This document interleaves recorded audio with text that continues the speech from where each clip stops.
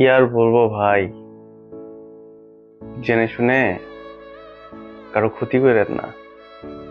জেনে শুনে কাউকে প্রেশারের মধ্যে রাখেন না, কারণ কাউকে প্রেশারের মধ্যে রেখে কারো ক্ষতি করে কেউ কখনো ভালো থাকতে পারে না। আপনিও পারবেন না। তাই বলতেছি যে এই নিয়মগুলো যারা করেন, মানে এই নিয়মে যারা চলেন, শুধরাই নেন। কারণ আপনার একটা প্রেশারের মুক্ত কথা বললেন, আর যে ব্যক্তিটার চিন্তার মধ্যে পড়ে গেল, আবার ক্ষতি করলেন, যে ব্যক্তির ক্ষতি হয়ে গেল, মনে করেন না যে মহৎ কাজ করছেন।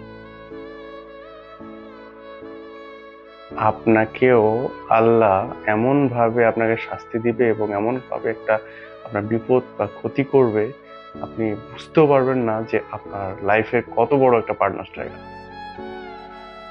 বর্তমানে আপনি হয়তো কাউকে প্রেশারের মধ্যে রাখলে বা ক্ষতি করলে হয়তো ভালোই লাগবে আপনার, কিন্তু এটাতে পার পাবেন না আপনি।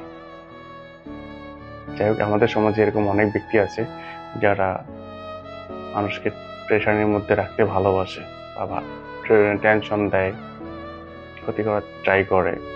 যাই হোক, এদের থেকে তো আর লুকানোর কিছু নাই, এরা এরকমই হবে। যাই হোক, আমি একটা মেসেজই দিচ্ছি যে কারো ক্ষতি চেয়ে বা ক্ষতি করে বা কাউকে প্রেশারের মধ্যে রেখে কখনোই ভালো থাকা যায় না।